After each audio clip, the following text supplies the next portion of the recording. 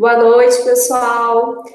Hoje nós estamos realizando o nosso primeiro meeting biomédico das coligadas entre a Uniguaçu e a Campo Real. É o nosso primeiro evento interligado que nós conseguimos unir as duas instituições e nós esperamos que seja o primeiro de muitos outros eventos que nós venhamos a realizar.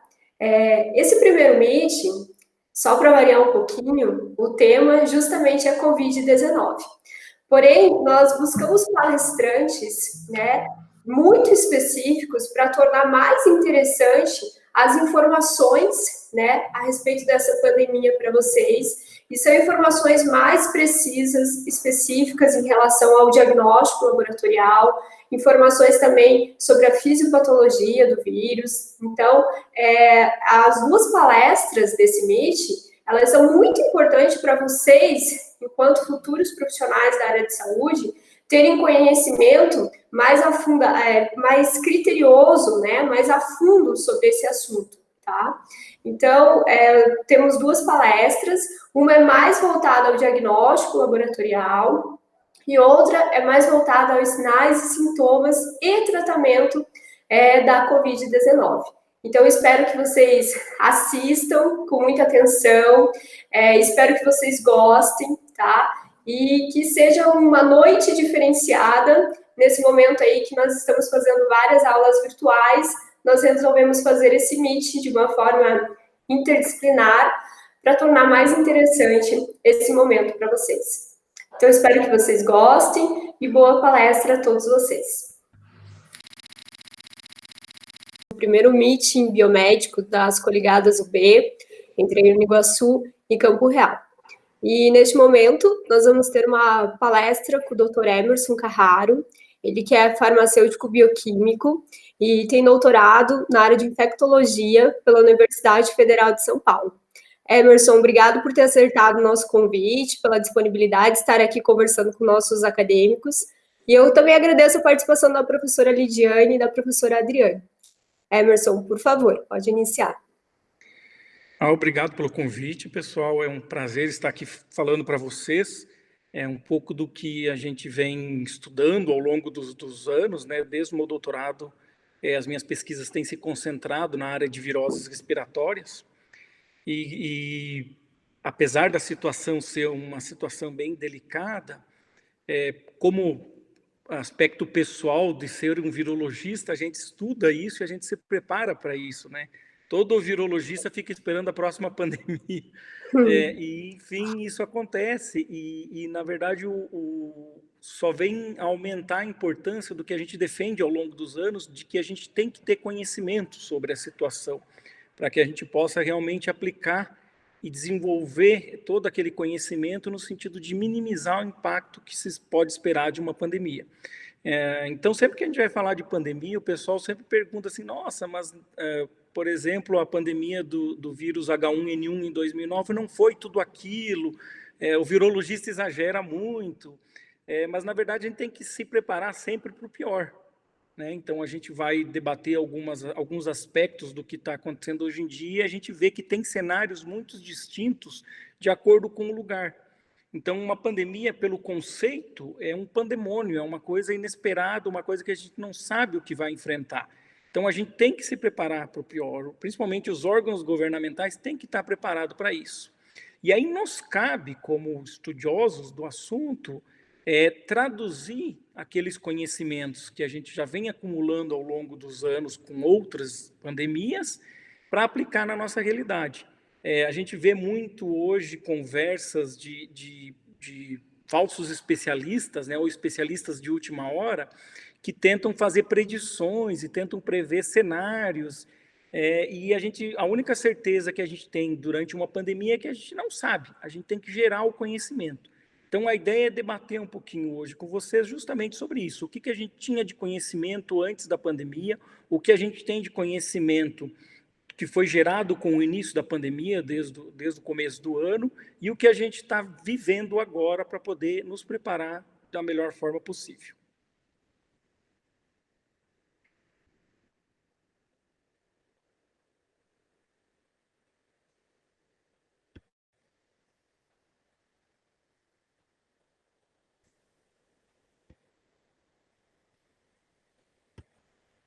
Então, eu sou professor do Departamento de Farmácia da Unicentro, vinculado, orientando em alguns programas de pós-graduação, e nesses últimos anos, fazem 11 anos que eu estou aqui em Guarapuava, a gente já desenvolveu algumas pesquisas a respeito dessa circulação dos vírus respiratórios.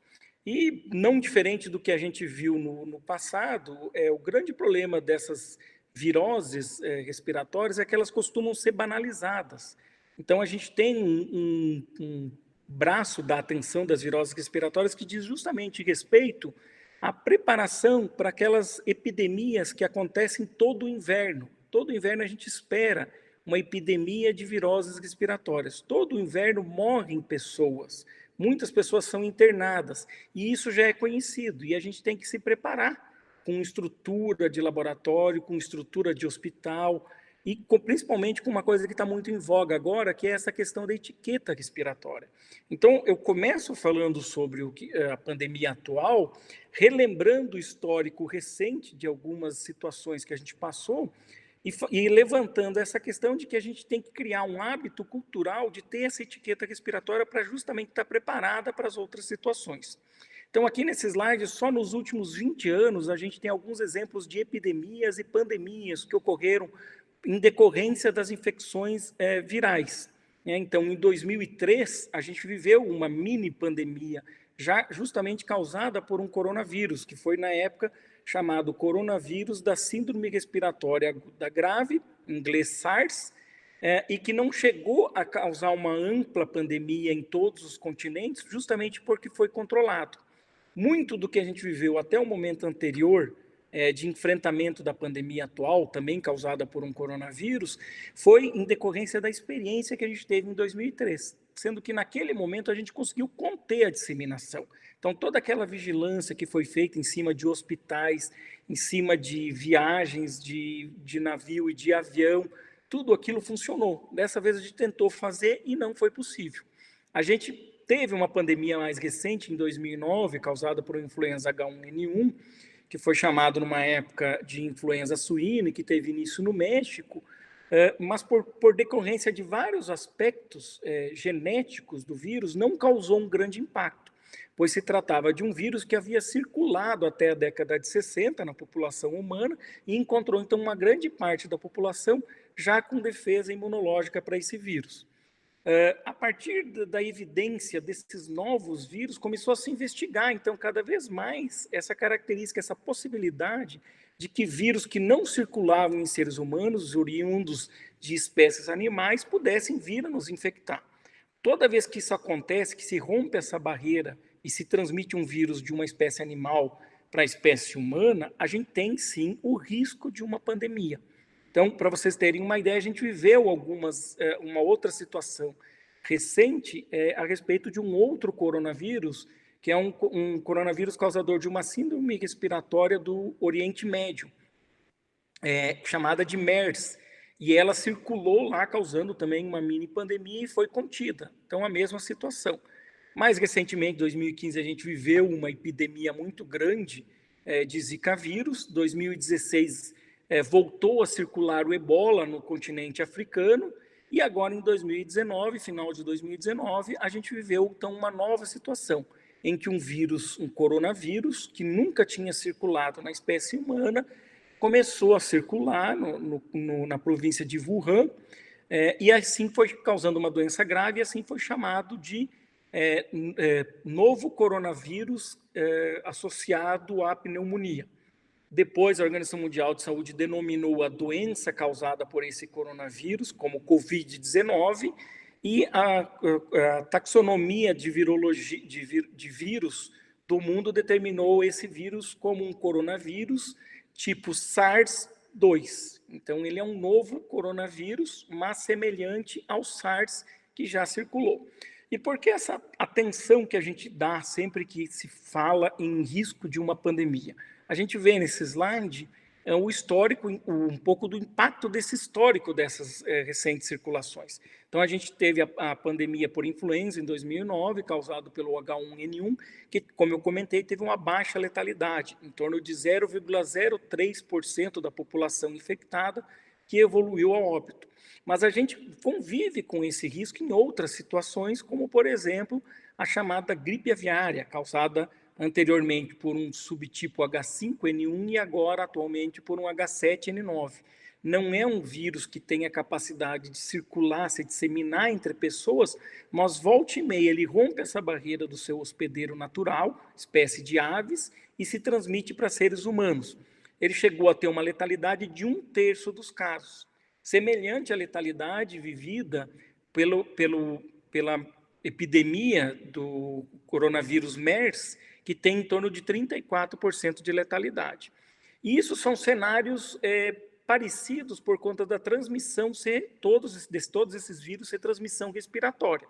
Uma situação um pouco diferente do vírus mais grave que a gente tem em história até hoje, que é o vírus Ebola, que é um vírus que tem uma ligação muito íntima com a transmissão da espécie de macacos para seres humanos. Só que ele não tem uma sustentação de transmissão entre seres humanos. Então, esses surtos têm sido controlados e não resultaram em grandes epidemias ou propriamente pandemias. Bom, voltando ao assunto da transmissão desse novo coronavírus, tudo iniciou lá no final do ano, em torno de novembro a dezembro, onde se começou a documentar casos de uma pneumonia extremamente grave causada por um vírus novo. Então, isso se alastrou, aqui a gente vê nesse gráfico a disseminação na China. Então, em questão de 30 dias, praticamente o país todo estava tomado, fazendo aquele pico de circulação que muito foi falado, e isso, não sendo controlado na China, passou a se disseminar para os países vizinhos. Então, a gente vê aqui em 30 dias, 31 de janeiro, o slide da Organização Mundial de Saúde, quando ela alertou para uma emergência em saúde pública, devido ao risco de uma pandemia, justamente por causa dessa disseminação ter rompido essa barreira do local onde se iniciou. Então, a gente vê vários países vizinhos e já outros continentes, como Estados Unidos e Europa, já com casos documentados. Passado quase 30 dias, em 25 de fevereiro, a gente já vê praticamente todos os continentes com casos documentados de infecção, e aí sim, em 26 de fevereiro, a Organização Mundial de Saúde declara pandemia por esse novo coronavírus, e assim denominado Covid.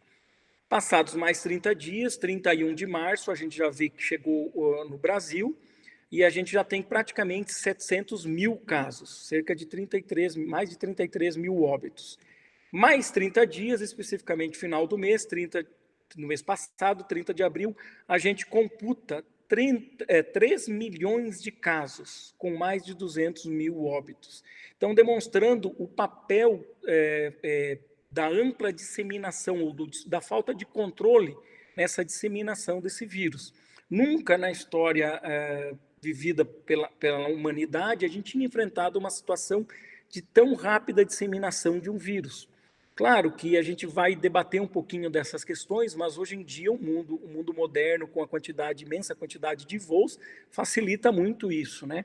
Mas fica aqui uma questão para a gente discutir mais para frente, justamente a respeito de o que esse coronavírus tem de diferente em relação ao outro coronavírus SARS que tinha circulado em 2003, que a gente conseguiu conter essa transmissão, e nesse caso não foi possível. Obviamente que tem muita especulação por trás disso, mas a gente vai tentar tirar algumas dúvidas do que pode estar acontecendo. Aqui o último gráfico, então, de ontem, da Organização Mundial de Saúde, mostrando um aspecto interessante, onde a gente avalia por continente, e isso é bem um perfil característico de pandemia. Quando a gente começa a ter uma onda de circulação, um pico de circulação num país ou num continente, à medida que esse local conseguir controlar, esse vírus vai se disseminar para outro local e vai viver outra onda pandêmica. Então, a gente vê que, na verdade, começou lá na China, praticamente foi controlado o número de casos, e hoje a gente vive uma ampla disseminação nas Américas e Europa, principalmente. Então, cada país vive uma onda pandêmica, não necessariamente ao mesmo tempo. E isso tem uma especial preocupação, porque, por exemplo, hoje, na China, eles já estão vivendo ou estão se precavendo para viver a segunda onda pandêmica, porque no momento que continua circulando nos países vizinhos e eles controlam a disseminação, esse vírus pode voltar a circular. Nesse slide, a gente vê que a nossa história de convivência ou de convívio com os coronavírus já é bem antiga. Então, essa família de vírus chamado coronavírus já são conhecidas desde 1966, quando se identificou o primeiro vírus causador de um simples resfriado, que foi denominado 229E.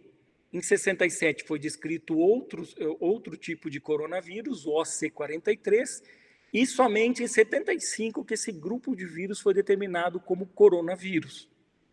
E até então a gente ficou numa boa com eles, são vírus clássicos causadores de resfriado, que a gente não dá muita bola e que geralmente a gente desenvolve uma imunidade após entrar em contato com eles e consegue controlar bem a infecção, resultando numa doença autolimitada. Por isso a gente classifica todas essas doenças como síndromes respiratórias.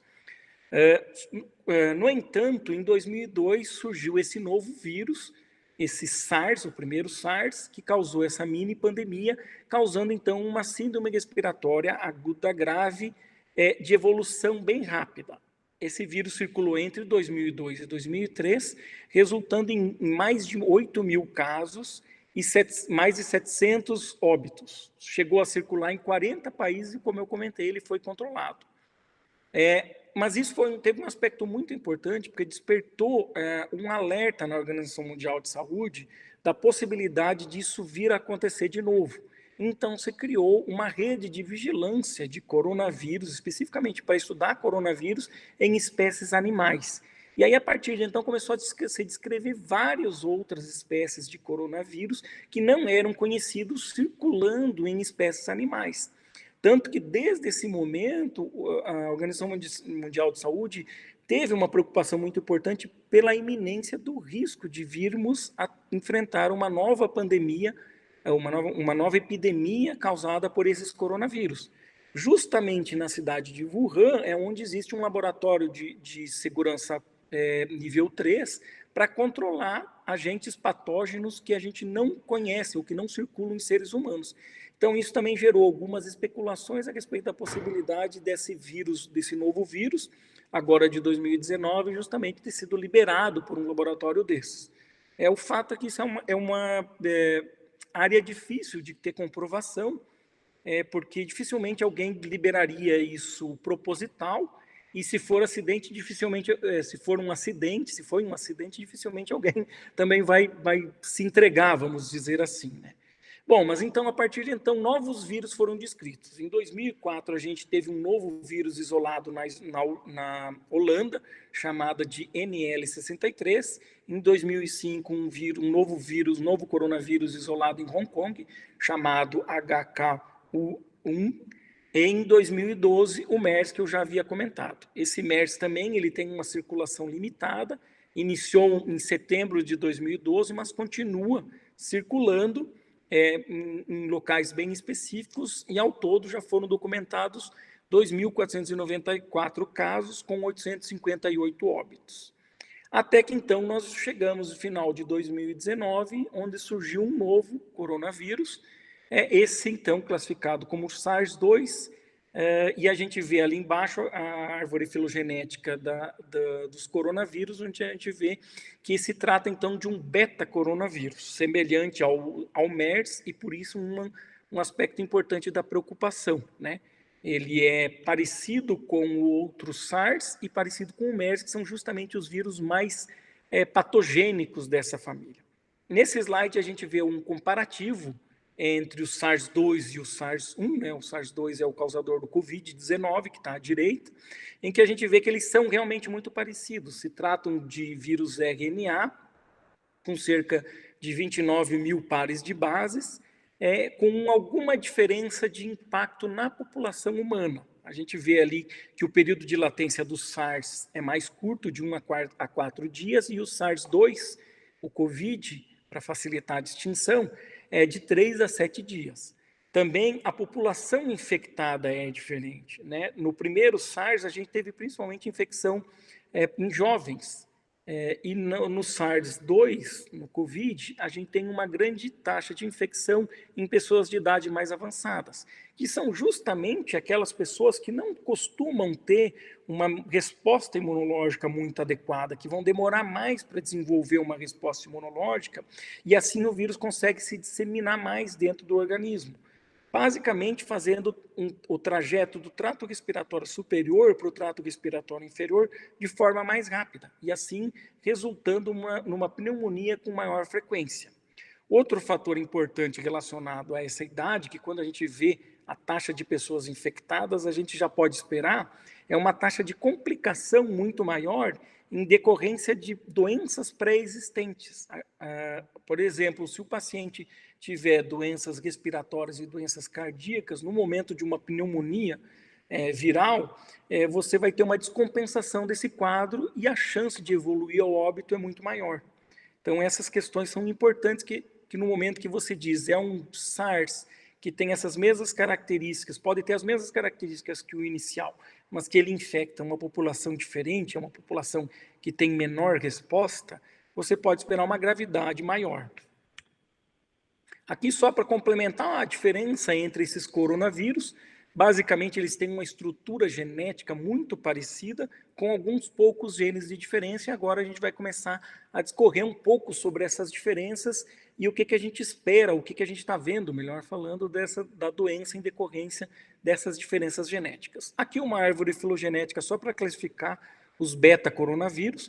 É muito interessante essa árvore filogenética, porque a gente consegue comparar a sequência de aminoácidos entre esses vírus e a gente visualiza que o causador do Covid, ele está muito mais próximo do coronavírus de origem de morcego do que propriamente do primeiro SARS.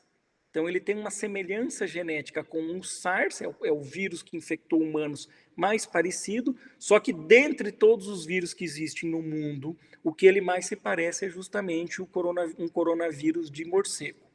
Então, aqui exemplificando melhor, mais fácil de visualizar ali em vermelho, as espécies humanas, e o vírus que está mais próximo é o BAT-CoV, que é o de morcego. E isso é uma característica que tem acompanhado todas as últimas pandemias que a gente vivenciou. Nesse slide a gente vê toda a provável explicação de todos os novos coronavírus que vieram.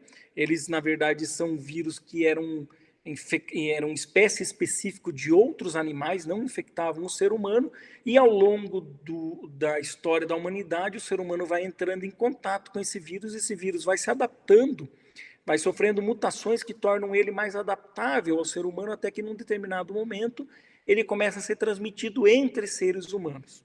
Vocês notem que alguns vírus têm um hospedeiro intermediário conhecido e outros ainda não. O próprio Covid da pandemia atual, ele também não tem um hospedeiro intermediário conhecido. Aqui a gente vê uma representação esquemática da estrutura do vírus, onde a gente pode identificar algumas principais proteínas que vão ser discutidas mais à frente. Então, a gente vê que o vírus é composto de um RNA, está ali no seu interior. Esse RNA ele é envolvido por um envelope lipídico. Esse envelope lipídico ele é bastante interessante, porque ele provém da célula de onde ele estava infectado, e confere uma característica bem peculiar a todos os vírus que são envelopados, que geralmente são fáceis de serem eliminados. Qualquer desinfetante pode eliminar, porque o papel desse desinfetante é justamente eliminar a gordura da superfície, e assim, a membrana dele sendo de gordura, ele é facilmente eliminado. Na parte mais externa, que forma essa coroa, que é o que determina o nome dele de coronavírus, a gente vê duas glicoproteínas, a glicoproteína M e a glicoproteína S, a proteína S, desculpa, também chamada de spike. Essa proteína S é o principal receptor do vírus pelo qual ele vai se ligar na superfície das nossas células, causando a infecção. A gente vê uma representação esquemática mais aprimorada aqui, em que a gente tem a estrutura à esquerda do vírus inteiro e a projeção dessa proteína spike. No detalhe à direita, a gente vê que se trata de um trímero São 3 sequências de aminoácidos que compõem essa proteína, e é através dela que o vírus vai se ligar na superfície da célula do hospedeiro. Um outro detalhe importante a respeito dessa proteína S é que ela contém 2 domínios. Esses domínios são importantes porque a gente vê na parte mais superior da imagem à direita o domínio S2, que é o responsável pela ligação propriamente dito na proteína da superfície, na superfície da proteína das nossas células. Só que no momento seguinte, após essa ligação, ocorre uma clivagem dessa proteína entre S1 e S2, expondo justamente a porção S1, o domínio S1 dessa proteína, que é quem vai fazer a fusão das membranas e liberar o conteúdo de RNA viral dentro da célula. Aqui na figura A, a gente vê a sequência de aminoácidos, uma representação esquemática dessa sequência de aminoácidos, em que a gente pode ver ali de verde justamente o domínio de ligação do receptor. Então, no momento do início da replicação, a primeira porção que se liga na superfície das nossas células é essa em vermelho, S2, ocorrendo a clivagem, separa-se S1 e S2 e assim se expõe a porção verde, que é o RBD, que é responsável pela fusão entre as proteínas.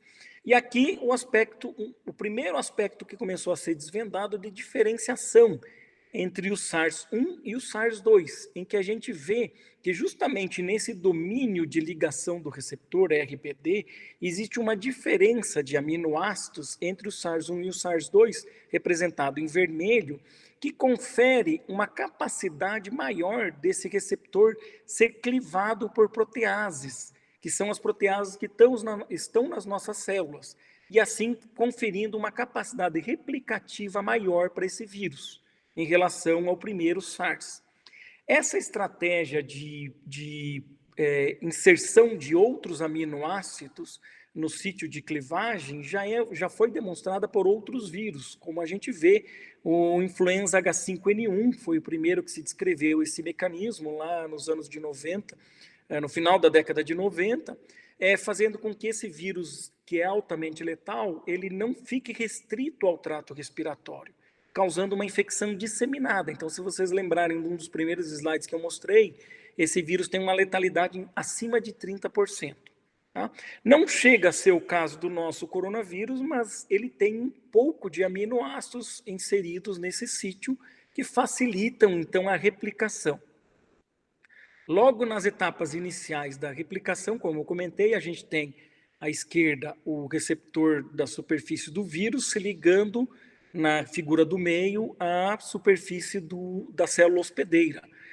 O receptor da célula hospedeira também já foi descrito ainda para o primeiro SARS, mas é o mesmo do SARS-2.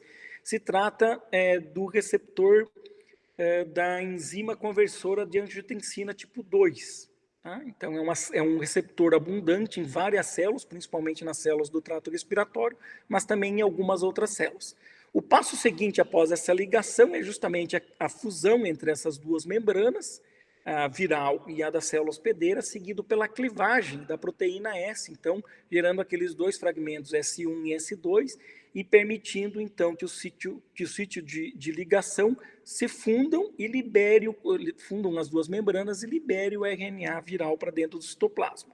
A partir daí, então, esse RNA vai sofrer um processo de replicação e tradução em proteínas para gerar uma nova partícula viral, que eu demonstro mais para frente. Então, aqui a gente vê a demonstração da utilização do receptor ECA2 por parte do SARS-2.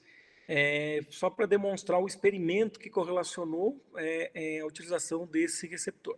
Aqui a gente vê detalhes da ligação dessa proteína S com o receptor celular, em que a gente pode ver que há um encaixe entre essas duas proteínas, então depende de uma estrutura conformacional adequada para que esses sítios de ligação se aproximem, e através de ligações de ponte de hidrogênio e força de Van der Waals, a gente confere uma estabilidade entre essas duas proteínas que vão permitir que as duas membranas se fundam, a do vírus e a do receptor das nossas células. Aqui a gente vê estudos que demonstram quais tipos celulares que contêm esse receptor ECA2, então a gente vê ele é abundante no trato respiratório superior e no trato respiratório inferior, principalmente em pneumócitos tipo 2, mas também existe esse receptor em tecido cardíaco e tecido gastrointestinal. E, de fato, alguns pacientes têm demonstrado problemas cardíacos em decorrência da infecção pelo coronavírus, COVID, e também muitos casos de diarreia. Então, mostrando que o vírus pode realmente replicar no trato gastrointestinal e causar esse sintoma. Mas outras consequências que a gente vê, principalmente as consequências mais graves da infecção pelo COVID, são em decorrência de um aparato de ativação do sistema imune que esse vírus tem bastante diferente em relação ao primeiro SARS, o SARS tipo 1. Muitos casos de infecção resultam num processo chamado hiperinflação, onde há uma ativação muito intensa, principalmente através de citocinas pró-inflamatórias do sistema imune, chegando a resultar num descontrole da resposta imune, o que agrava muito o quadro de pneumonia que o paciente tem, porque, na verdade, a resposta inflamatória, toda essa cascata de resposta inflamatória é direcionada para os pulmões, e aí impedindo mais ainda a troca de gases, que é o papel do pulmão, e fazendo com que o paciente evolua muito rápido para a insuficiência respiratória. Por outro lado, hoje em dia tem se discutido muito o papel da intervenção farmacológica, justamente envolvendo esses mecanismos de resposta inflamatória. Controlar a inflamação cada vez mais tem se demonstrado fundamental no controle da evolução para os casos mais graves dessa infecção.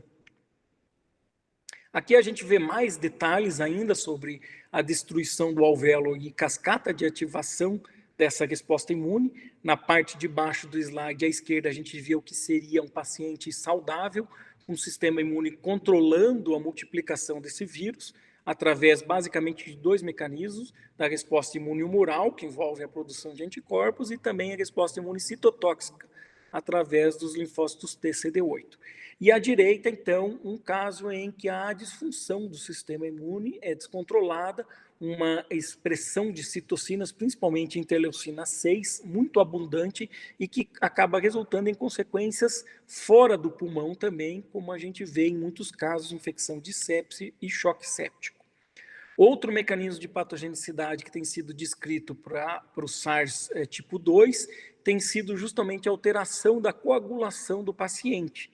Então, muitos casos de fibrose pulmonar são em decorrência da coagulação nos vasos do pulmão e que dificultam mais ainda, então, a função pulmonar, levando à insuficiência respiratória, como eu já comentei. Aqui o slide que exemplifica em vermelho alguns dos pontos, especificamente 7 pontos de intervenção que estão sendo estudados para controlar a resposta inflamatória e assim controlar a gravidade dos casos. Da mesma forma como faltou comentar no slide anterior, a intervenção de controle de coagulação também tem se demonstrado muito eficaz em estudos clínicos para reduzir o impacto e a gravidade dessa doença. Aqui toda a cascata de ativação imunológica sob o ponto de vista cinético, dias após a infecção, em que a gente vê uma expressão abundante dessas citocinas e ativação imunológica, com a consequência, inclusive, do ponto de vista clínico, né? Além da insuficiência respiratória por inflamação no pulmão, toda a destruição e injúria pulmonar. Aqui a comparação entre os dois SARS, do ponto de vista de expressão ou tanto do ponto de vista de replicação viral, então o SARS tipo 2 ele tem uma replicação bem maior do que o SARS tipo 1 apresentava, e também de estimulação de interleucinas, daquelas citocinas que eu comentei do lado direito do gráfico. Então esse vírus SARS tipo 2, ele replica mais intensamente e ativa muito mais o sistema imune, e essas são as principais explicações pelo qual ele representa uma patogenicidade e uma facilidade de transmissão maior. Agora, passando por essa parte básica, que explica muito do que a gente vai ver em consequência dos sintomas, a gente começa a descrever os sintomas iniciais dos casos. E aí a gente tem vários relatos na literatura, mas eu pessoalmente quis trazer esse trabalho, que foi um trabalho bem amplo e que trabalhou com uma questão que diz respeito à predição, a capacidade de predizer, através dos sintomas, qual é a etiologia do quadro clínico. Então, a gente vê, por exemplo, nas mídias sociais, hoje, aquelas tabelas comparativas, influenza, o que o influenza apresenta, o que o resfriado comum apresenta e o que o Covid apresenta de sinais, sintomas. Esse seguramente é um dos estudos mais assertivos, porque ele trabalhou com associação entre sintomas. Então, foi um levantamento que eles fizeram utilizando a inteligência artificial, através de aplicativos em que eles pegaram pacientes que foram positivos para coronavírus e negativos e compararam os dois grupos quanto aos sintomas que esses pacientes apresentavam. Quando a gente fala de síndrome respiratória, clinicamente, esses quadros são muito parecidos. Né? São sintomas do trato respiratório superior que evoluem para o trato respiratório inferior e aqueles sintomas gerais, como febre, dor de cabeça, cansaço, tudo isso. O que chama atenção no caso do Covid é principalmente a perda de olfato e paladar, porque isso não é comum frente às outras viroses, tão comum frente às outras viroses respiratórias. Então, a gente vê que quando eles avaliaram a associação desses dois sintomas, eles encontraram um odds ratio, um risco de 6,59 vezes maior de predizer a infecção por Covid, a doença por Covid. E quando eles partiram para a associação entre febre, fadiga, tosse, diarreia, dor abdominal e perda de apetite, eles chegam numa sensibilidade em torno de 0,54%, 54%. Então, menor ainda do que a predição da associação dos sintomas respiratórios com a perda de olfato e paladar, que é uma característica bem marcante. Né? E aqui a gente vê como é que se dá a evolução dos quadros. Então, no momento em que o paciente não consegue controlar a infecção no trato respiratório superior, e isso a gente não sabe muito bem o porquê, está saindo muito estudo na literatura correlacionando duas frentes. Uma é a causa viral, então até hoje não se provou que a variabilidade que esse vírus tem seja responsável por um impacto diferente no paciente. Então, por que um paciente praticamente não apresenta sintomas e por que o outro evolui rapidamente para óbito? Acredita-se que está muito mais ligado com as questões imunológicas e características dos pacientes. Né? Além da questão imunológica, claro, a presença de comorbidades, como eu já comentei antes. Mas o fato é que cerca de uma semana após entrar em contato com esse vírus, muitos pacientes acabam desenvolvendo uma infecção no trato respiratório inferior. Essa infecção no trato respiratório inferior, ela tem aquela característica que a gente vê muitos clínicos comentando, que é o aspecto, numa imagem, né, o aspecto de fundo fosco de garrafa, que é justamente essa imagem A aqui do central que a gente vê. Então, é uma chamado de infiltrado difuso, em que a gente vê todo o pulmão tomado de células e infiltrado de células, que faz com que fique com essa característica na imagem. E à direita, a tomografia computadorizada. À esquerda, a gente vê alguns marcadores que indicam nada específico a respeito dessa infecção, como alteração de procalcitonina e de proteína C reativa, e muitos pacientes acabam apresentando uma linfopenia, que a gente acredita, a gente aprende didaticamente que geralmente as viroses causam linfocitose, nesse caso a gente tem muita associação de linfopenia. Tá? Então, a grande questão quando a gente começa a viver a pandemia em decorrência de uma virose respiratória, consiste em a gente se concentrar, para reduzir o impacto dessa pandemia, se concentrar e identificar quem é que vai morrer de quem não vai morrer. E a gente destinar, otimizar os recursos que a gente tem disponível justamente para os chamados grupos de risco, que vão complicar por essa infecção e vão evoluir para o óbito. Então, esse é um dado bem inicial que foi liberado pela Organização Mundial de Saúde, apontando os primeiros grupos de risco. E é importante a gente salientar, porque nesse slide a gente não vê nada de diferente em relação aos demais grupos de risco para as outras infecções respiratórias. Quando a gente for comparar esse dado, se a gente comparar esse dado com o dado de 2009 do influenza da pandemia causada por influenza H1N1, a gente vê que lá tinham bem mais grupos de risco do que aqui. Então, por exemplo, gestantes e outros grupos nem entraram aqui.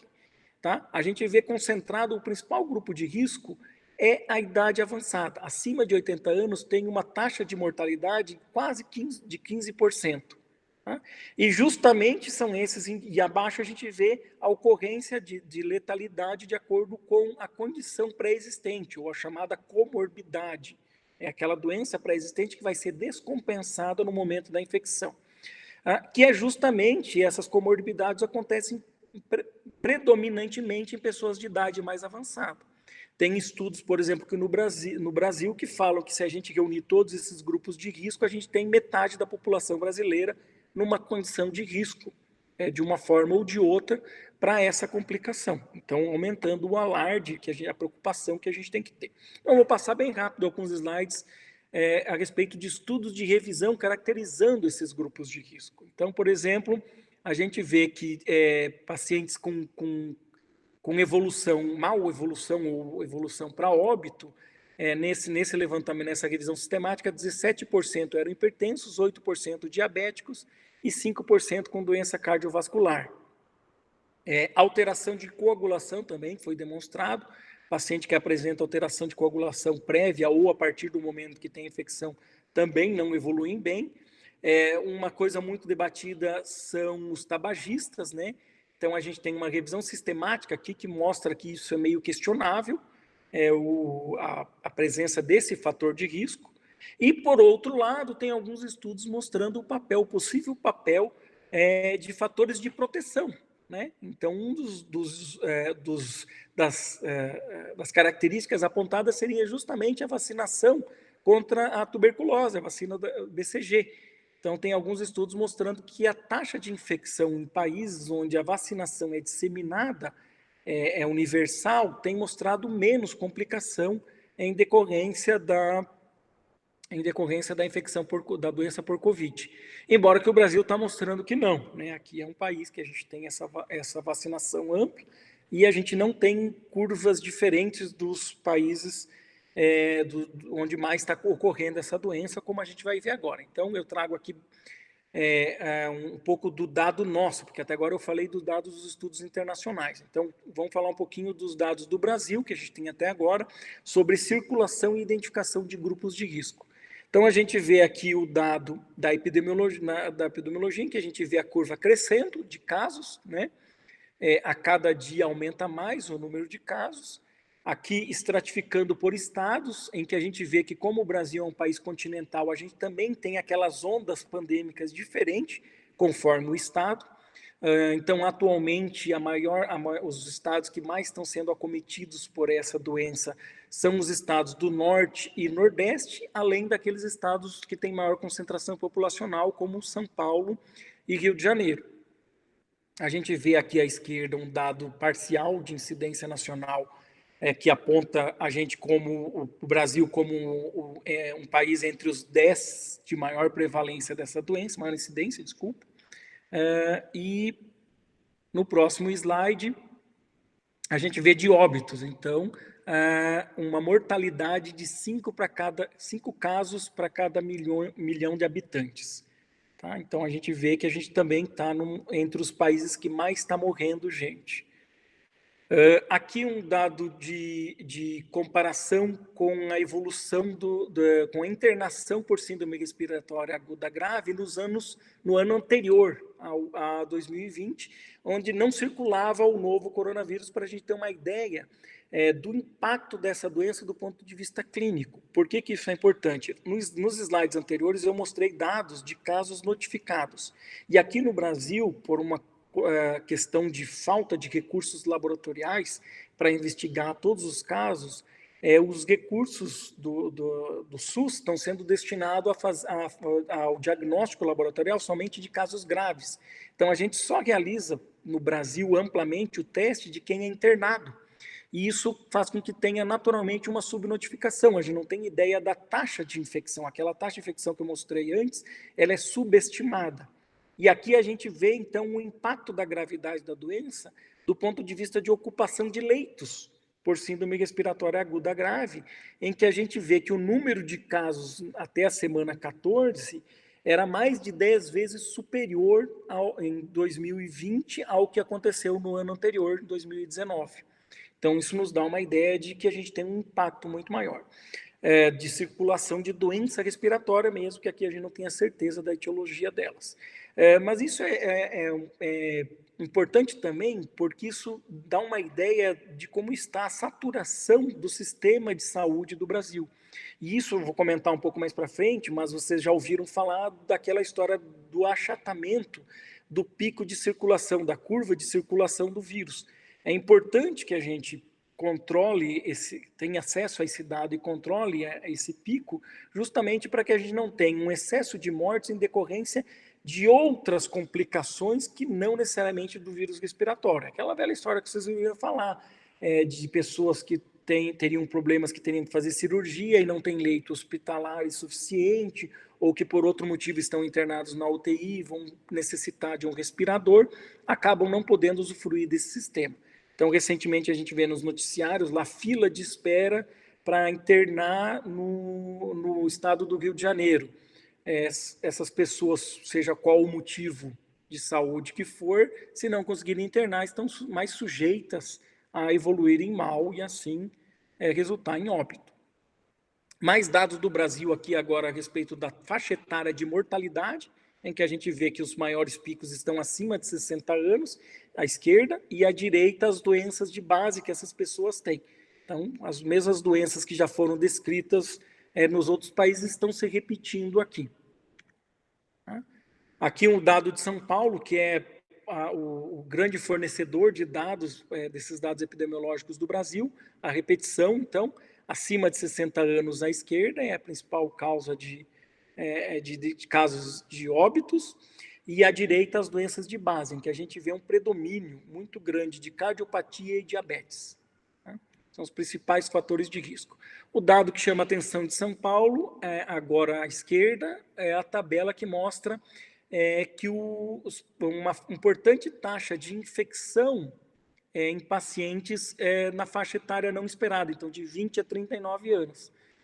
E aqui demonstrando bastante a necessidade de a gente aumentar esse isolamento, essas medidas chamadas medidas não farmacológicas de contenção da disseminação do vírus, em que a principal a metodologia que a gente está utilizando no Brasil é justamente o isolamento social, né? Aquela circulação reduzida de pessoas.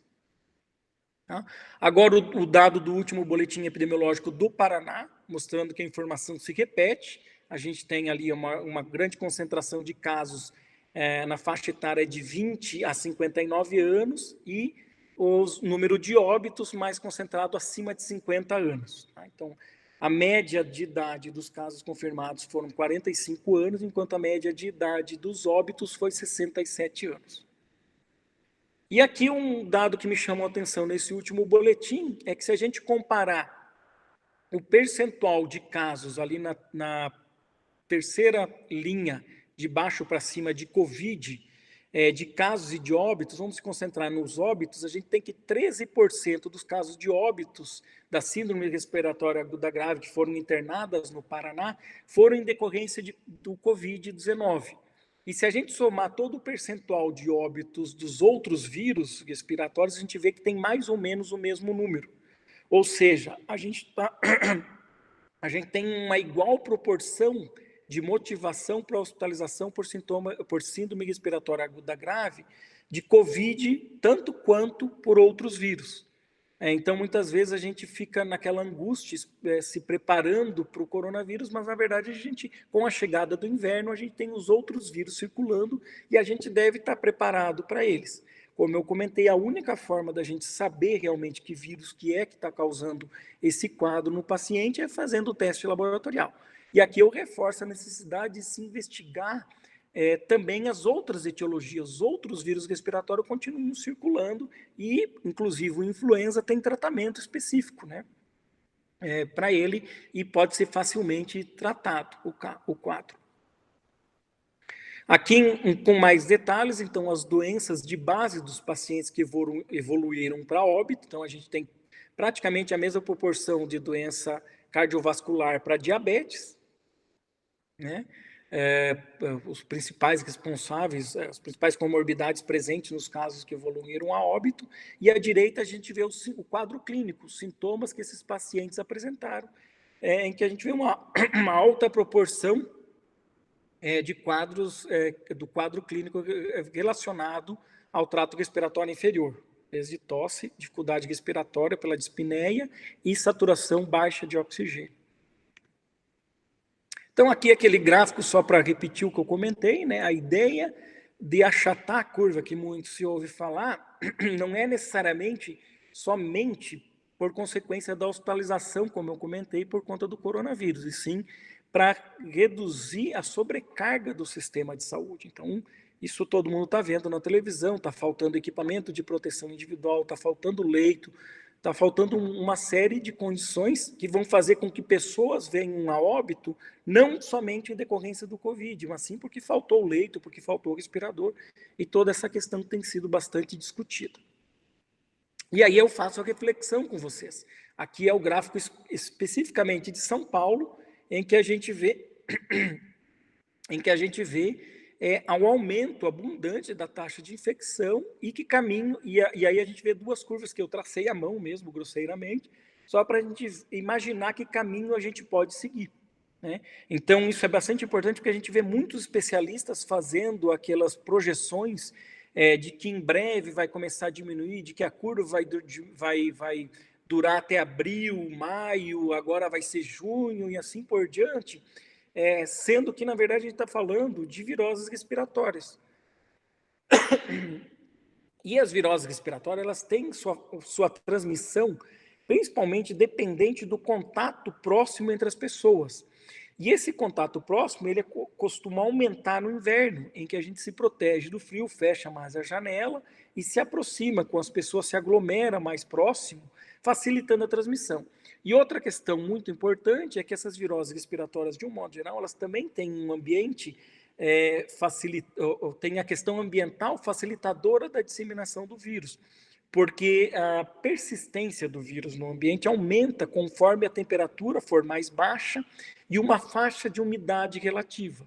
Então, é aquela história que a gente ouve falar que tem que desinfetar a superfície porque o vírus persiste ali com poder infectante e isso aumenta mais ainda no inverno. Então, somado todos esses dois fatores que eu comentei, mais o slide anterior que eu mostrei de circulação dos outros vírus respiratórios, me permitem fazer uma projeção de que a gente deve ter uma continuidade de casos ao longo do inverno inteiro. Não teria porquê, com esses fatores ambientais, a gente ter uma queda abrupta de casos, né?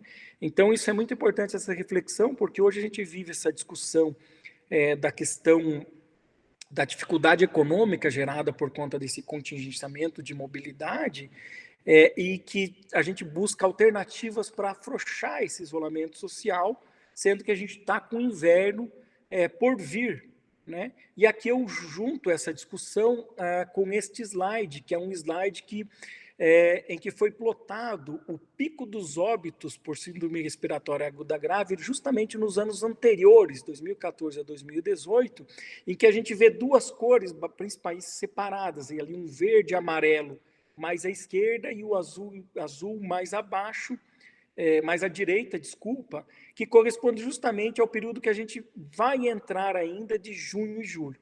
Então, o que eu quero dizer com isso? Hoje, abril e maio, a gente vive o pico de circulação desse vírus, assim como os outros vírus respiratórios nos anos anteriores, nos estados do Norte e Nordeste.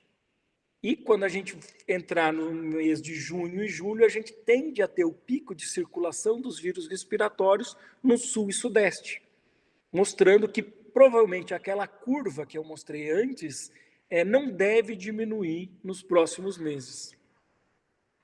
Então, a gente faz um debate, quais são as estratégias, né, que a gente tem até agora, que a gente tem enfrentado, e o que a gente deve esperar para o futuro.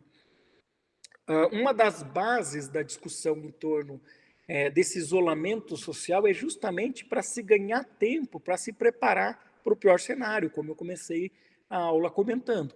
Então, a gente vê estratégias do governo, estratégias dos hospitais para se preparar para isso. E a gente avançou muito nesse sentido. Então, a gente tem aqueles hospitais de campanha nas grandes cidades, a gente tem vários estudos que eu vou comentar mais para frente a respeito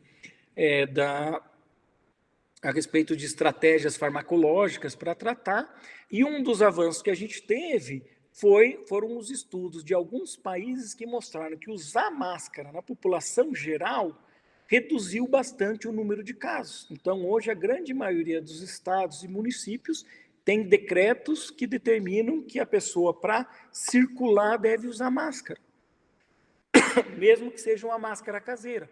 Então, isso foi baseado no que eu estou mostrando aqui, de alguns países que tiveram essa experiência, e isso ajudou muito no controle dessa infecção. E para finalizar a aula, eu vou falar um pouco a respeito dos tratamentos. Então, existem muitos estudos que estão avaliando o tratamento farmacológico ou vacinas, e aí eu vou pincelar um pouco, porque isso mereceria um assunto inteiro, uma aula inteira só para falar sobre isso. Então, os primeiros estudos a respeito da possibilidade de utilizar medicamentos para tratar o SARS-2, na verdade, vieram do SARS-1. Já tinham vários estudos mostrando o potencial benefício de alguns medicamentos, né? Então, esse slide ele sumariza aqueles primeiros estudos que tinham feito para SARS-1 e que foram replicados para SARS-2.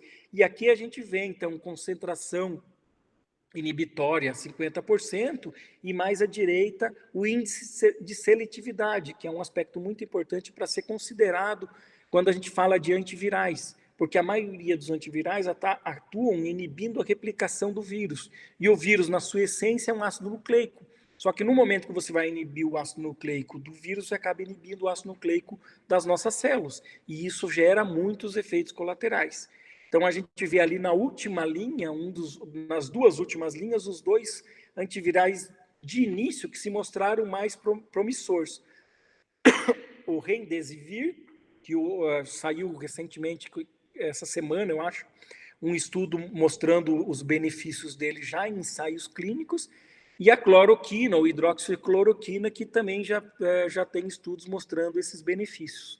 Então, aqui é só para fazer um paralelo, para comentar que já desde o início já se imaginava que essa medicação poderia ter benefícios. Esse slide ele sintetiza aquela replicação, o ciclo replicativo inteiro do vírus, e mostrando em vermelho potenciais intervenções. Então, a gente vê, por exemplo, o mecanismo de ação da hidroxicloroquina, que é justamente naquele momento em que ocorrem as fusões da membrana viral e membrana celular, e que precede a liberação do ácido nucleico do vírus. Então, nesse momento, se forma um endossoma e tem que acidificar esse endossoma para que as membranas sofram esse processo de fusão. E a hidroxicloroquina atua justamente inibindo essa etapa. Mas a gente também tem abaixo no slide ali uma série de medicamentos candidatos a tratar coronavírus, Covid, por conta do controle daquela resposta inflamatória do vírus. Aqui são slides só mostrando a quantidade de ensaios clínicos registrados para estudar tratamento para a Covid. Tá? E aqui eu só vou pincelar hidroxicloroquina, o primeiro estudo que mostrou o benefício. Tem alguns estudos que mostram, isso é um assunto bem polêmico, né? Envolve toda uma discussão aparentemente política no Brasil, mas aqui o primeiro estudo que mostrou real benefício do paciente quanto a reduzir a duração de sintomas e reduzir internação. Tem protocolos clínicos hoje estudando o papel desse medicamento já no quadro inicial dos sintomas, e aí, obviamente, que como a gente está considerando que nem todos esses pacientes vão evoluir para casos graves, a gente vai ter um benefício mais difícil de ser medido, mas é a estratégia que tem se mostrado adequada, e o próprio Ministério da Saúde hoje já recomenda esses estudos. Finalizando a respeito de vacina e anticorpos, então a gente também tem bastante estudos avaliando a utilização de anticorpos, seja ela de forma passiva, aqueles anticorpos já produzidos em que você recebe ele pronto, seja na forma de uma imunização ativa, em que você recebe a vacina e cerca de 4 semanas depois você começa a estar protegido para essa doença. Então são estudos moleculares que trabalham com cristalografia para avaliar a capacidade do anticorpo se ligar ou avaliar, se ligar ao receptor do vírus, ou avaliar a reação cruzada entre esses anticorpos. Então, Esse aqui é um anticorpo, 47D11, já é um anticorpo monoclonal, que está em fase clínica de estudo. Seria uma vacina preventiva para aquelas pessoas que tiveram contato com um paciente doente, aí recebe essa vacina para não adoecer, se vierem a se infectar.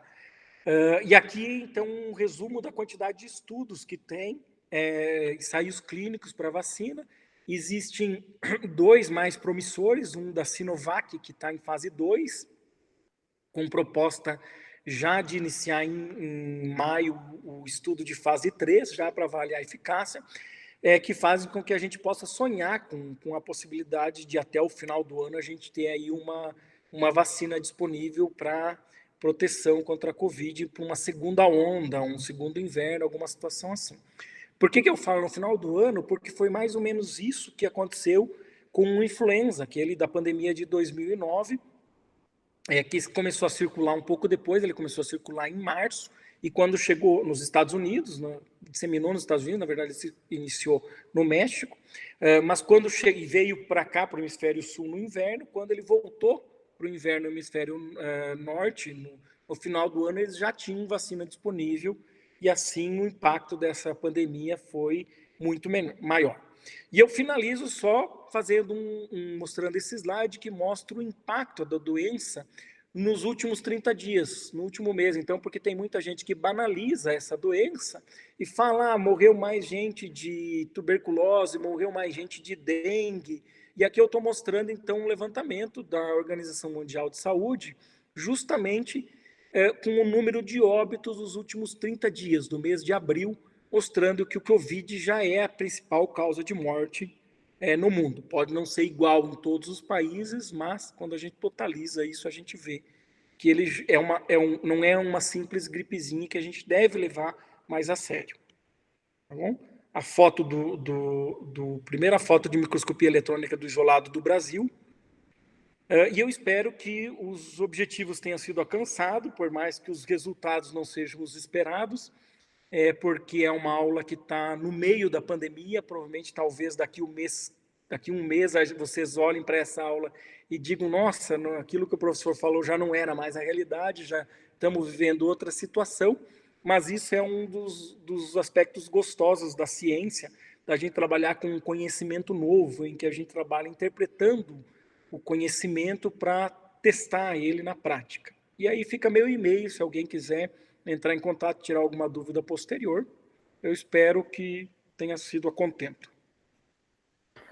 Muito obrigada, professor, pela sua apresentação. Pode desligar o compartilhamento de tela, se preferir. Eu acho que foi muito engrandecedor, porque vários aspectos se abordou, acho que tudo o que a gente poderia pensar sobre o Covid, né, sobre a Covid, sobre o SARS-CoV, e em uma profundidade diferente do que a maioria das pessoas estão acostumadas. Então, todo mundo se considera hoje, parece que especialista, né? Em grupo de WhatsApp, todo mundo sabe tudo de Covid, entende tudo, e na verdade, nem nós cientistas que estamos tendo acesso à informação verdadeira, à informação de base, sabemos muita coisa, né? Então é um apanhado, justamente isso que você falou, o negócio vai mudar muito, já, assim como já mudou até agora. Essa é a tônica de uma pandemia, né? A gente tem que descobrir, a gente tem que gerar o conhecimento para depois confrontá-lo e saber se ele faz sentido ou não, né? Exatamente. Então não existe uma verdade absoluta, uma verdade sendo modelada conforme o tempo. Exatamente. Professora Lidiane, tem alguma pergunta para fazer? Professor, eu gostaria só que, se fosse possível, esclarecer um pouquinho com relação à carga viral do vírus, se já tem uma estimativa de qual é o pico, depois de quantos dias, quando que começa a decair, para que o indivíduo portador ele não seja mais um potente transmissor. Sim, esse é um aspecto bem complicado e bem polêmico, né? Mas o fato é assim, hoje em dia, clinicamente, o pessoal acaba dividindo. Tem bastante aspecto da aula que a gente tem que tirar, né? Porque senão fica muito longo. Mas a gente acaba dividindo didaticamente em 3 fases. A primeira é a fase da ampla replicação do vírus, que é quando você entra em contato com esse vírus e você já tem uma carga viral mesmo antes de apresentar sintomas, né? Então, o que eles chamam de pré-assintomático, né? Eu acabei nem falando muito daquela proporção, porque todo mundo geralmente já ouviu falar, mas a grande maioria dos casos é assintomático. Só que o fato de você, porque você não desenvolve sintomas, mas o fato de você ser assintomático não quer dizer que você não esteja excretando o vírus e assim transmitindo. Só que hoje em dia o conceito que se evoluiu e que seria mais acertado é que você é pré-sintomático. Você não sabe se você vai ser sintomático ou não, mas você já está excretando o vírus. Passada essa primeira etapa, você tem a fase da inflamação, que é justamente o que é a inflamação? É o efeito da resposta imunológica. Então, você tem um efeito do sistema imune que pode se concentrar no trato respiratório superior, como pode descer para o trato respiratório inferior. E isso vem junto justamente com o pico de replicação viral. Então, já existe bastante estudos que sugerem uma correlação direta de carga viral com sintomas e com complicações depois, justamente por conta dessa relação com a inflamação. Quanto maior a carga viral, maior a inflamação. E aí depois a última fase seria aquela da complicação. Se você não tem fator de risco, você acaba, por mais que você desenvolva uma insuficiência respiratória, se você tiver um acesso a uma respiração artificial, né, uma ventilação mecânica, você acaba sobrevivendo. Seu organismo regula, o sistema imune começa a regular. Agora, se você tiver essas comorbidades que descompensarem, você evolui a óbito. Então, a carga viral também já foi mostrado que quanto extremos de idade apresentam carga viral maior, então existe um pico de carga viral nesse período intermediário, aí, em torno de 7 dias, e existe uma correlação com os sintomas. Muito bem.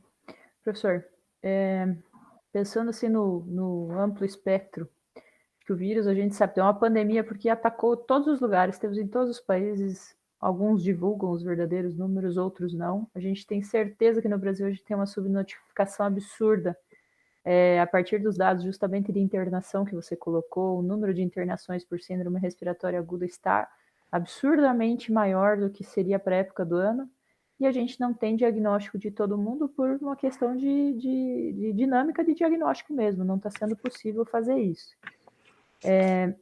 Na sua perspectiva de virologista, você acredita que absolutamente todas as cidades do nosso Brasil terão casos registrados de Covid? Assim, não necessariamente diagnosticados, mas a doença vai chegar mesmo na cidadezinha do interior de 5 mil habitantes? Uma virose respiratória, então você tem uma facilidade de transmissão muito grande. E um dos aspectos, com certeza, que permitiu com que esse vírus causasse essa pandemia tão rápida, tem a ver justamente com essa característica de causar infecção assintomática. Então, você está bem, você está circulando, quantos relatos a gente teve de pessoas que foram em festa e transmitiram para um monte de gente porque não percebeu, né? Então, isso é uma característica peculiar que faz com que esse vírus seja amplamente disseminado. No momento que a gente não testa, que a gente escolhe, obviamente, por uma questão de otimização de recursos, em que a gente escolhe testar somente os casos graves, a gente perde a noção que todo o plano de enfrentamento de pandemia, a primeira coisa que ele diz é assim, vocês têm que ter noção real do que está acontecendo. Então, hoje a gente não sabe quantos casos temos, né? Mas se a gente pegar como exemplo gripe, né? Resfriado, quer dizer, isso a gente tem em todas as cidades, até no interior do interior do interior. Então, é esperado que isso aconteça. Agora, o potencial, e essa é a grande diferença, por exemplo, do Covid em relação à influenza. O influenza ele tem um histórico de circulação na população humana que garante uma imunidade, por mais que o vírus seja diferente, alguma reação cruzada a gente tem. Esse vírus não, esse vírus nunca circulou. Então, o potencial de infecção dele é 100% da população humana. É o que a gente chamaria de imunidade de rebanho, né? Exatamente. Já ter gente imunizada e por isso o vírus não propaga. E na sua perspectiva de cientista, você pensa, todo mundo sempre está falando muito em um novo normal, né? Que a gente nunca mais os mais pessimistas falam em nunca mais haverá o contato da mesma forma como foi antigamente, e os mais otimistas falam que vai chegar um momento em que a gente vai poder retornar à rotina, que seria, por exemplo, na disponibilização da vacina, ou que fosse a imunização em rebanho, né? Que a gente tivesse o número de pessoas infectadas o suficiente para diminuir a propagação do vírus. Você acredita que a gente vai chegar nesse ponto em breve? Não, eu espero que a gente chegue, né? A questão é saber quando, né? Mas eu acredito que tem um outro caminho antes ainda para a gente entrar, que seria a gente começar a encarar, ou a gente ter condições, melhor falando, de encarar essa doença como uma virose respiratória, como a gente deveria encarar as viroses respiratórias. Então, muito do que tem sido feito, obviamente que tem muitas medidas que são exageradas, né? Nessa questão de isolamento, de quarentena. Então, isso tem muita confusão por trás disso e um debate todo político, uma coisa que só está nos atrapalhando. Mas, de fato, se a gente pegar países, por exemplo, como o Japão, que tem uma taxa de infecção controlada, sem, muitas vezes, fazer os isolamentos exagerados, mas que o pessoal lá é acostumado com isso. O pessoal tem a chamada etiqueta respiratória. A etiqueta respiratória, ela diz que eu não vou ficar tossindo na cara das pessoas, a grosso modo. E é engraçado a gente falar assim, porque é isso que acontece. Né? Então, quantas vezes a gente viu na televisão as pessoas lá no Japão pegando o trem, o metrô de máscara? Quer dizer, quem usa máscara é o cara que está doente, por respeito ao próximo. Exatamente. Né? Então, eu acho que assim, essas questões culturais o Brasil tinha que avançar. Eu tinha uma esperança maior da mudança cultural após a pandemia de 2009, mas isso não aconteceu. Né? Mas eu acho que está aí de novo para a gente melhorar. Então, acho que isso é uma etapa essencial para a gente voltar para a normalidade. Então, assim, o nosso normal deveria ser todo inverno nós usarmos máscaras e lavarmos a mão. Então, assim, se você for pensar no normal de antes, talvez não volte, mas a gente deveria ter um ganho, que seria esse normal. Mas, além disso, eu acho essencial que a gente evolua para uma estrutura de saúde melhor. E a gente está quase lá. A gente tem condições, a gente tem, por exemplo, a gente tem opções terapêuticas, a gente tem esse medicamento, a hidroxicloroquina já está disponível, eu não sei bem a que nível todos os municípios têm acesso, mas o que me contam é que o Ministério da Saúde está distribuindo. E eu vejo que o outro passo que está nos faltando, além do tratamento, seria justamente evoluir no teste laboratorial. No momento em que a gente tiver uma síndrome respiratória, porque está chegando o inverno, nós vamos ter, tem estudos que dizem que a gente pega 5 síndromes respiratórias ao longo de um ano. Claro que se a gente ficar em casa, se a gente lavar a mão e fizer tudo, usar máscara, a gente não vai ter essas 5 esse ano, eu espero, né? Mas esse seria a forma, o outro lado, o outro ganho, a forma cultural da gente encarar essa doença. Eu estou com uma síndrome respiratória, eu vou para o atendimento médico, o médico pede um exame laboratorial e esse exame vai me dizer, você está com influenza, você está com Covid, você está com outra coisa. E aí o médico vai fazer o manejo adequado do quadro. Então, hoje a gente tem tratamento para influenza, a gente tem um tratamento. Não é um sucesso, não é aquela maravilha, mas a gente tem uma opção terapêutica para a Covid. A gente tinha que caminhar para isso, para esse sentido. Né? Claro que o que a gente vive hoje, fazendo aí uma crítica mais generalizada, o que a gente vive hoje toda essa saturação e falta de estrutura do sistema de saúde devido ao descaso de anos, né? São décadas aí em que o SUS está sendo estrangulado, em que o sistema de saúde vem sendo estrangulado, que não há expansão, há uma luta só para a manutenção, e isso vem a refletir hoje. A gente teve que usar os estádios da Copa para internar as pessoas. Né? Então, não esse outro lado, essa é a terceira fase, esse é mais difícil. Né? Porque daí envolve a cabeça de quem tem a caneta e o controle para decidir as coisas, né? E não um direito próprio. Mas eu vejo num futuro bem próximo essas duas mudanças. Eu acho que a gente deve continuar usando a máscara, a gente deve retomar algumas atividades econômicas, nós temos que ter só uma noção de como monitorar isso. Né? Então, assim, nesse sentido, agora até saiu uma recomendação mais atual do Ministério da Saúde, mas um aspecto muito importante que tinha da recomendação do ministro anterior já era essa questão de que cada município avalie o seu sistema de saúde, como é que está a taxa de ocupação das UTIs, por exemplo. Né? Você tem condições de reserva para poder expandir as atividades econômicas, que também é outro aspecto importante, e aí a gente vai voltando. Só que eu vejo que não andamos no sentido do diagnóstico e do tratamento, isso deveria estar mais acessível. Sim. Infelizmente é uma coisa que mais vai pecar, eu acho que Não sei até quando, porque justamente agora a gente vê notícias de que até chegam os equipamentos, mas o equipamento não funciona. Ou, logicamente, temos cidades que estão com maior demanda, a gente tem que ver que Guarapuava, ainda bem que não temos tantos casos circulantes, casos graves foram poucos até agora, né? Então, pelo menos as medidas que foram tomadas aqui, talvez, com certeza, ajudaram nessa diminuição do número de casos, mas Com depende certeza. muito da conscientização das pessoas, né? Porque justamente não é só a etiqueta respiratória, acho que as pessoas esquecem de que compartilhar coisas é o que mais propaga, né? A gente vê quantas batidas em festa e o pessoal compartilhando aquele narguile. Falei, gente do céu. Nessa época, né? Nessa época, entendeu? E pode ser que vocês não tenham, que ninguém que esteja naquele momento tinha, mas e se um tivesse, né? E se um tem? Então, acho que vai ser muito difícil conter enquanto as pessoas não desenvolverem justamente essas mudanças de hábitos próprios. É que aí vem o último grande desafio, é mudar o ser humano. Né? Então, o que a gente vive hoje? A gente vive hoje uma situação em que, em alguns lugares, tem que ser extremos do ponto de vista de isolamento. Acho que é o Rio de Janeiro, alguns bairros já estão fazendo aquele lockdown, que é isolamento total, ninguém pode sair de casa. E, por exemplo, aqui, onde tem poucos casos, as pessoas dizem, não, isso não é nem tão grave. Em que a lógica, o que é? Se você tomar as medidas de isolamento adequada, o que a gente espera depois que se faz isso? Que alguém venha e diga, viu como não precisava? Quer dizer que funcionou. Infelizmente. Justamente funcionou e as pessoas não valorizam. Infelizmente é isso.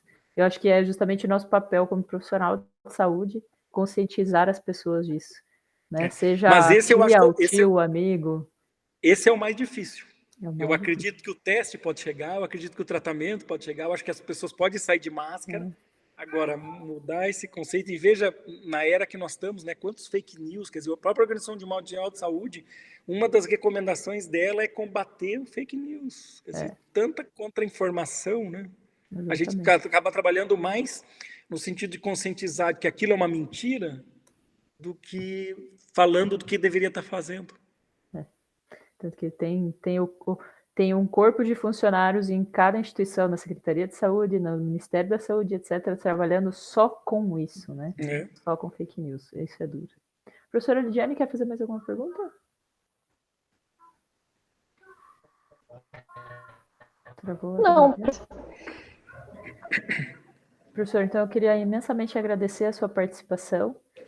Com certeza foi engrandecedor aí para o nosso evento, nosso primeiro evento das coligadas, que acabou sendo virtual e no fim acabou dando certo justamente por ser virtual. Mais né? fácil, né? Mais fácil. Mais fácil, mais acessível. Acho que para todos, e essa pandemia vem para trazer não só esses hábitos pessoais, mas inclusive a gente avaliar formas de fazer as coisas diferentes, né? Como todos estamos nos adaptando e percebendo que várias coisas que podemos fazer podem ser feitas de outra forma, né? Então, com isso, todos nós vamos evoluir de alguma forma ou de outra. Com certeza, tem coisas para o bem, né? Exatamente.